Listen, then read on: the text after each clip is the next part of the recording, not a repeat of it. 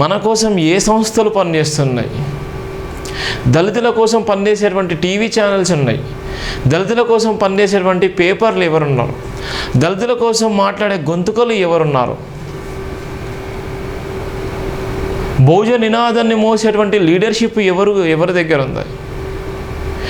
ఏ political leaders మన గురించి stand తీసుకుంటున్నారు? ఏ అధికారులు మన కోసం పనిచేస్తున్నారు? ఏ ప్రభుత్వాలు మన కోసం పనిచేస్తున్నటువంటి భావన మనలో కలగకపోతే తిన్నింటి వాసాలు లెక్కబెట్టి తర్వాత వదిలేసేటువంటి ప్రయత్నమే. చాలా వరకు ఇది భయంకరమైనటువంటి బాధ. ఎవరి నుంచేలో లబ్ధి పొందుతాం, ఎవరి నుంచేలో సాయం తీసుకుంటాం, తర్వాత వచ్చేసరికి మర్చిపోతాం. ఇలా కొన్ని కులాలు కొన్ని జాతుల గురించి చెప్తే అసలు వాళ్ళు సాయం చేస్తే నిలబడి ఎదిగే విధంగా తోడుగా ఉంటారు, భుజం తడతారు. కానీ ఈ దళిత జాతిలో ఏం పుట్టిందో ఏమో కానీ ఒకడు సపోర్ట్ చేస్తే ఇంకోటి సపోర్ట్ చేయరు, ఒకడు కాలుబడి లాగుతారంటే ఇంకోటి కాలుబడి లాగుతారు. ఎంత దారుణం ఉంటుంటే అంత దారుణం ఉంటుంది. బాబాసాహెబ్ అంబేద్కర్ గారు భారత రాజ్యాంగం రాసే క్రమంలో, స్కూల్కి వెళ్ళినటువంటి క్రమంలో, ఆయనకు ఉద్యోగం ఇవ్వలేనటువంటి క్రమంలో, అడుగడుగున అణచివేత గురైనటువంటి సందర్భంలో కన్నీళ్ళు పెట్టుకొని ఎన్నో సందర్భాలు ఏడిచినటువంటి సందర్భాలు ఉన్నాయి. కానీ ఆత్మగౌరవాన్ని ఎక్కడ కూడా తాకట్టు పెట్టుకోలేదు. ఈరోజు నేను 2 గంటల దాకా 3 గంటల దాకా 4 గంటల దాకా వార్తలు రాసినప్పటికీ కూడా సమాజం పట్ల అన్యాయం జరిగితే దాని గురించి తెలుసుకునే విధంగా ప్రశ్నించే గొంతుకగా నాకున్నటువంటి వెసులుబాటును, నాకున్నటువంటి అవకాశాన్ని సద్వినియోగం చేసుకొని ముందుకెళ్ళేటువంటి ప్రయత్నం చేస్తున్నాను. అందులో భాగంగానే ఈరోజు ప్రధాన వార్త దాని గురించి నేను చెప్పినటువంటి ఏ విషయాలు అవుతున్నాయో దాని గురించి ప్రధానంగా రాయడం జరిగింది. అణచివేత SC ST atrocity case. SC ST atrocity కేసులో ఎస్సీ ఎస్టీ అట్రాసిటీ కేసు అంటేనే non bailable. SC ST atrocity కేసులో నాన్ బెయిలబుల్ వారెంట్ ఇష్యూ చేసేటువంటి సందర్భాలు ఉంటాయి. దానికి సంబంధించిన విచారణ అధికారి ఏసీపీ స్థాయి అధికారి, అసిస్టెంట్ కమిషనర్ ఆఫ్ పోలీస్, మన జిల్లాలో పోతే డిఎస్పి. ఈ పోలీస్ అధికారి ఆ యొక్క కేసుకు ప్రధానమైనటువంటి అధికారి.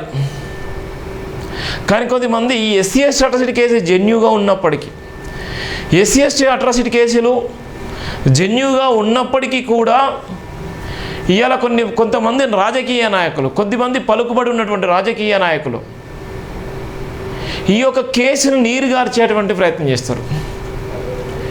ఈ కేసును నీరుగార్చేటువంటి ప్రయత్నం చేస్తారు. ఒకవేళ నీరుగార్చేటువంటి ప్రయత్నం చేసినప్పటికీ కూడా చట్టము స్పష్టంగా చెప్తుంది ఎస్సీ ఎస్టీ అట్రాసిటీ కేసులో ఉన్నటువంటి పరిస్థితి, ఎస్సీ ఎస్టీ అట్రాసిటీ కేసులో ఉన్నటువంటి కండిషన్తో కూడుకున్నటువంటి బెయిలు ఒకవేళ తీసుకున్నప్పటికీ కూడా ఆ బెయిల్కి సంబంధించినటువంటి అంశాలను కూడా స్పష్టంగా జడ్జి గారు చెప్పేటువంటి ప్రయత్నం చేస్తారు. కండిషన్ మీద బెయిల్ ఇస్తారు. కండిషన్ మీద బెయిల్ ఇచ్చినప్పటికీ కూడా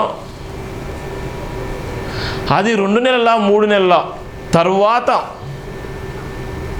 ఎవరైతే విచారణ అధికారి ఉన్నాడో విచారణ అధికారి మళ్ళీ దాని కేసును ఆ బెయిలును రద్దు చేయమని కోర్టుకు వినవించుకుంటే తప్పకుండా జైలు జీవితం గడిపేటువంటి పరిస్థితి అయితే ఉంటుంది. ఎస్సీ ఎస్టీ అట్రాసిటీ కేసులో చాలామంది ఇష్టానుసారంగా ఎస్సీల మీద ఎస్టీల మీద అబ్యూజ్గా భయంకరమైనటువంటి కుట్రలు కుతంత్రాలు చేస్తూనే అణచివేత చేయాలని కుట్రలు చేస్తూ ఉంటారు. నేను గతంలో ఎస్సీ ఎస్టీ అట్రాసిటీ కేసు పెట్టడం జరిగింది. గతంలో ఎస్సీ ఎస్టీ అట్రాసిటీ కేసు పెడితే ఇదే లైవ్ ద్వారా పాస్టర్ ప్రవీణ్ పగడాల విషయంలో నేను స్పందించి మాట్లాడినటువంటి క్రమంలో కొద్దిమంది ఆకతాయిలు, కొద్దిమంది మనువాదులు, కొద్దిమంది ఉగ్రవాదుల్లాగా వాడి ఆస్తులు గుంజుకున్నామో లేకపోతే మన అంతస్తులు గుంజుకున్నామో అర్థం కాదు, కానీ ఎక్కడో ఉండి సోషల్ మీడియాలలో ఫోన్లు చేస్తూ నేరుగా అబ్యూజ్గా మాట్లాడుతూ కుటుంబ సభ్యులను ఇష్టానుసారంగా తిడుతూ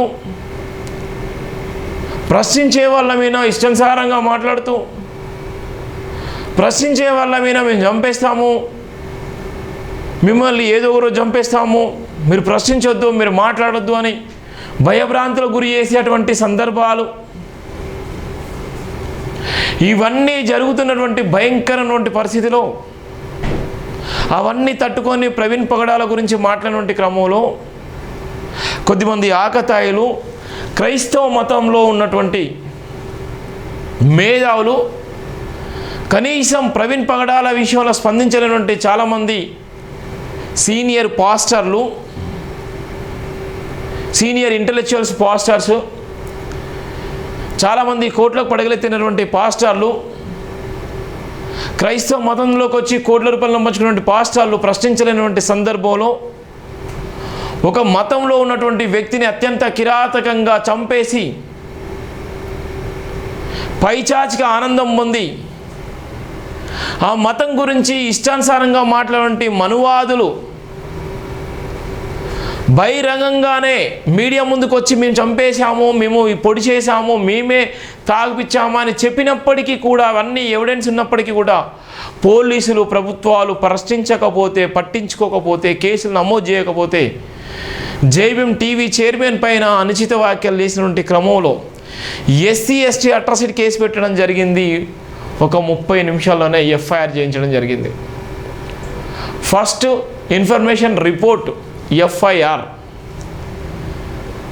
అది ఫస్ట్ ఇన్ఫర్మేషన్ రిపోర్టు ఒక 30 నిమిషాలలోనే చేపించిన తర్వాత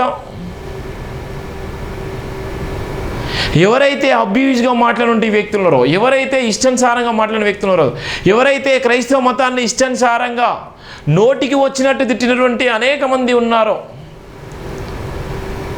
వాళ్ళందరూ కూడా భయపడి క్రైస్తవ మతాన్ని మిగిలిన పాస్టర్లను, మిగిలిన వ్యక్తులను తిట్టకుండా ఆగిపోవడం జరిగింది. ఆ క్రమంలో ఉన్నటువంటి మేధావులు కూడా స్పందించలేదు.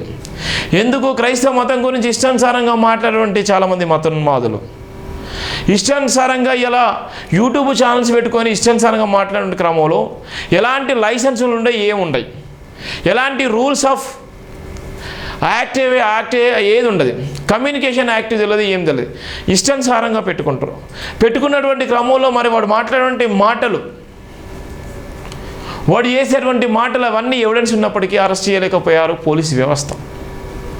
అంటే ఎంత భయంకరంగా వాళ్ళని దాచేసేటువంటి ప్రయత్నం చేస్తున్నారు, ఎంత భయంకరంగా మతం గురించి మాట్లాడిన వ్యక్తులను, వాడి కుటుంబాల గురించి ఇష్టానుసారంగా అబ్యూజ్గా మాట్లాడినటువంటి వ్యక్తులను, ఇవాళ ఉన్నటువంటి మేధావులు అనేటువంటి వ్యక్తులు, హిందూ మతంలో ఉన్నటువంటి వ్యక్తులు, పోలీస్ అధికారులే కానీ, రాజకీయ నాయకులే కానీ, ఇవాళ దేవస్థానాలు నడిపించేటువంటి మఠాధిపతులే కానీ, పీఠాధిపతులే కానీ, ఇవాళ ఉన్నటువంటి డబ్బులు ఇచ్చేసి ఇవాళ వ్యవస్థ మీద ఉసిగొల్పేటువంటి వ్యక్తులే కానీ, ఇవాళ SC/STల మీద అబ్యూజ్గా మాట్లాడి ఇష్టానుసారంగా మాట్లాడే వ్యక్తులే కానీ, వాళ్ళందరూ డబ్బులు పెట్టి ఇవాళ పైచాచిక ఆనందం పొంది ఇలా క్రైస్తవ మతం మీద విషం కప్పేటువంటి ప్రయత్నాలు లేస్తున్నప్పటికీ కూడా అన్నీ తెలిసి మౌనంగా ఉన్నటువంటి పాస్టర్లకు నేను నిజంగా హెచ్చరిక జారీ చేస్తున్నాను.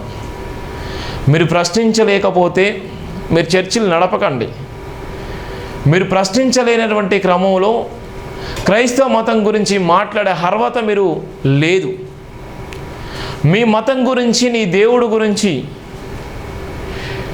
ఎవడో కోన్కిస్క గొట్టంగా ఆడి ఇష్టానుసారంగా మాట్లాడుతుంటే, నీ మతం గురించి, నీ దేవుడు గురించి 24/7 బైబిల్ పట్టుకొని ప్రార్థనలు చేసే మీ అందరూ కూడా బైబిల్ పట్టుకోవడానికి అర్హత లేనటువంటి వ్యక్తులే. ప్రశ్నించేటువంటి క్రమంలో ప్రశ్నించలేనటువంటి దౌర్భాగ్యమైనటువంటి స్థితిలో మీరు ఉన్నప్పటికీ ఏదో మాటలు చెప్పి మాయ మాటలు చెప్పి బైబిల్లో ఉన్నటువంటి అధ్యయనం చేసినటువంటి ప్రసంగాలు అవి చెప్పి నిజంగా డబ్బులు దడ్డుకునేటువంటి పాస్టర్లు ఎవరైతే ఉన్నారో దయచేసి మీరు బంద్ చేయండి. ప్రశ్నించే గొంతుకుల మీన, నీ మతం మీన, నీ చర్చిల మీన దాడులు జరిగితే నువ్వు ప్రశ్నించలేకపోతే నువ్వు నిజమైన పాస్టర్ కాదు, నిజమైన క్రైస్తవ బిడ్డవు కాదు. డబ్బుల కోసం వచ్చేటువంటి ఒక నకిలీ పాస్టర్లు. హిందూ టెంపుల్ మీద దాడి జరిగితే హిందువులందరూ ఏకమైపోతారు. ముస్లిం టెంపుల్ మీద దాడి జరిగితే ముస్లింలంతా ప్రపంచవ్యాప్తంగా దేశవ్యాప్తంగా ఉన్నటువంటి ముస్లింలందరూ ఒక్కటైపోతారు, ప్రశ్నిస్తారు, ఆరాధిస్తారు. మరి క్రైస్తవ మతం గురించి మాట్లాడితే ఎందుకు మాట్లాడలేకపోతున్నారు? ఎందుకు మౌనంగా ఉంటున్నారు? క్రైస్తవ మతం గురించి అబ్యూజ్గా మాట్లాడే అనేక మంది ఇష్టానుసారంగా మాట్లాడుతుంటే ఎస్సీలారా, ఎస్టీలారా, బీసీలారా, మీరు ఉన్నటువంటి క్రైస్తవ మతంలో ఉన్నటువంటి వ్యక్తులారా, ఎందుకు మా మతం ఎందుకు గొప్ప అని ఎందుకు చెప్పుకోలేకపోతున్నారు? ఎందుకు జీసస్ని ఇష్టానుసారంగా, మరియమ్మని ఇష్టానుసారంగా బూతులు తిట్టి నానా హంగామా తిడుతుంటే మీ కళ్ళు నెత్తికెక్కాయా? లేకపోతే బైబిల్లో ఉన్నటువంటి సారాంశము వద్దని చెప్తుందా? లేకపోతే ఉన్నటువంటి మొదటి గ్రంథమో, రెండో గ్రంథమో, మూడో గ్రంథమో, నాలుగో గ్రంథమో మీకేం చెప్తున్నది? ఎంత దౌర్భాగ్యమైనటువంటి పరిస్థితులు ఉన్నారు. మతం పేరుతో నిజంగా అణచివేయబడుతున్నటువంటి జాతులు ఏవైనా ఉన్నాయంటే అది క్రైస్తవ మతం మాత్రమే. క్రైస్తవ మతంలో ఉన్నటువంటి చాలామంది బిలీనియర్స్ ఉన్నారు, చాలామంది మేధావులు ఉన్నారు. ఏం చేస్తున్నారు మీరు? ఒక పక్కన భయంకరమైన దాడులు చేస్తూనే మరో పక్కన భయంకరమైన ఇబ్బందులకు గురి చేస్తుంటే ఎందుకు మీరు ఆదివారం వచ్చిందంటే చర్చికి పోయి ప్రేయర్ చేసి ప్రార్థనలు చేసి నీ గురించి తప్పుగా మాట్లాడి, నీ మతం గురించి, నీ కుటుంబాల గురించి తప్పుగా మాట్లాడేటువంటి వ్యక్తులను ఎందుకు మీరు కనీసం ప్రశ్నించలేకపోతున్నారు? కనీసం తిరగబడలేకపోతున్నారు? కనీసం మాట్లాడలేకపోతున్నారు? అంటే నిజంగా నిజమైన క్రైస్తవులు కాదు మీరు. నిజమైన క్రైస్తవులు కాదు మీరు. మీ అందరూ కూడా డబ్బుల కోసం, ఉచిత డబ్బుల కోసం, వాళ్ళు ఇచ్చే చందాల మీదతోని బతికేటువంటి పాస్టర్లు మీరు.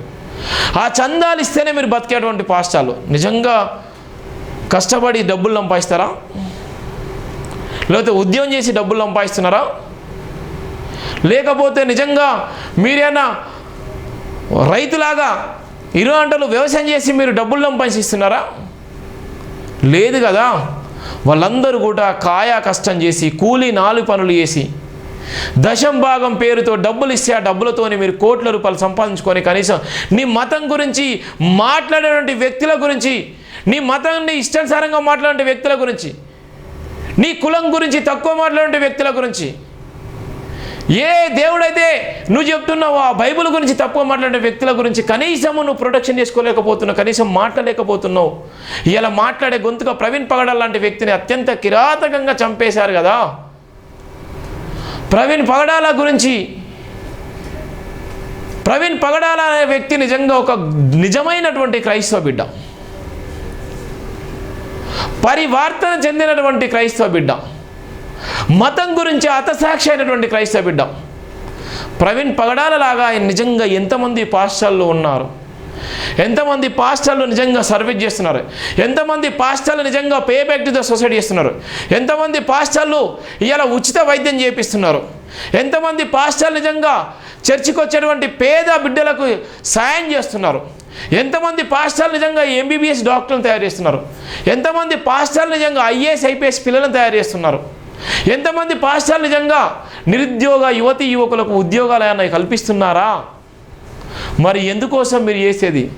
బైబుల్ అనేటువంటి మతాన్ని పట్టుకొని ఇలా నిజంగా బైబుల్ గురించి తప్పుగా మాట్లాడే వ్యక్తుల గురించి మాట్లాడకపోవడం బాధాకరం.